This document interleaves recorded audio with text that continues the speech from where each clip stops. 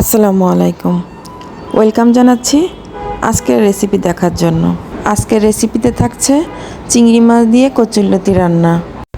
চিংড়ি মাছ আমরা সবাই খুবই পছন্দ করি, আর এই চিংড়ি মাছের সাথে যদি কচুরলতি অ্যাড করা হয় তাহলে তো আর কথাই নেই।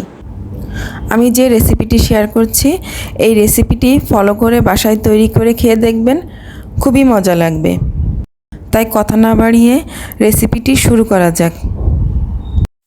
এই মজার রেসিপিটি বানানোর জন্য আমি নিয়ে নিচ্ছি কিছু চিংড়ি মাছ। চিংড়ি মাছগুলো আমি কেটে সুন্দর করে ধুয়ে পরিষ্কার করে নিয়েছি। একটু লবণ হলুদ মেখে চিংড়ি মাছগুলো সাইডে রেখে দিচ্ছি। এরপর নিয়ে নিচ্ছি কিছু কচুরলতি। কচুরলতিগুলো সুন্দর করে ধুয়ে পরিষ্কার করে নিয়েছি।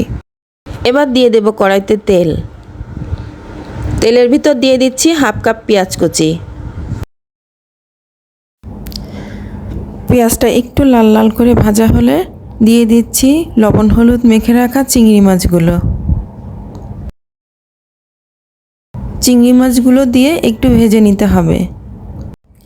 চিংড়ি মাছগুলো কিন্তু বেশি ভাজা যাবে না। চিংড়ি মাছ বেশি ভাজলে শক্ত হয়ে যায়, খেতে ভালো লাগে না। একটু একটু যখন ভাজা হয়ে যাচ্ছে আমি একে একে সব মশলা দিয়ে দিচ্ছি। দিয়ে দিচ্ছি হলুদ গুঁড়া, মরিচ গুঁড়া, দিয়ে দিচ্ছি স্বাদ মতো লবণ, দিয়ে দিচ্ছি জিরা বাটা, দিয়ে দিচ্ছি রসুন বাটা,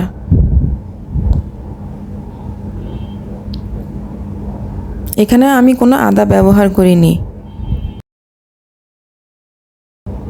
মশলাটা ভালো করে কষানো হয়ে গেলে দিয়ে দিব কিছু কাঁচামরিচ। মশলাটা ভালো করে কষানো হয়ে গেছে, এবার দিয়ে দিচ্ছি কচুরলতিগুলো। কচুরলতিটা দিয়েও ভালো করে মশলার সাথে মিশিয়ে নেব।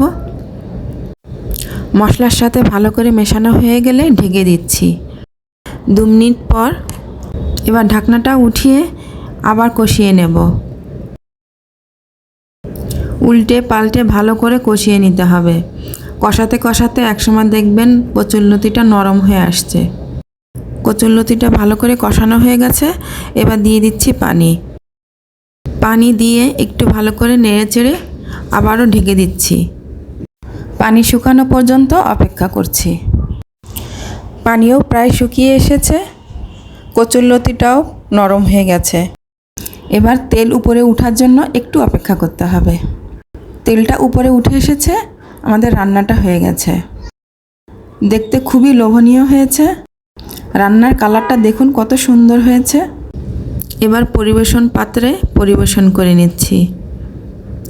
তৈরি হয়ে গেল মজার কচুরলতি চিংড়ি মাছ।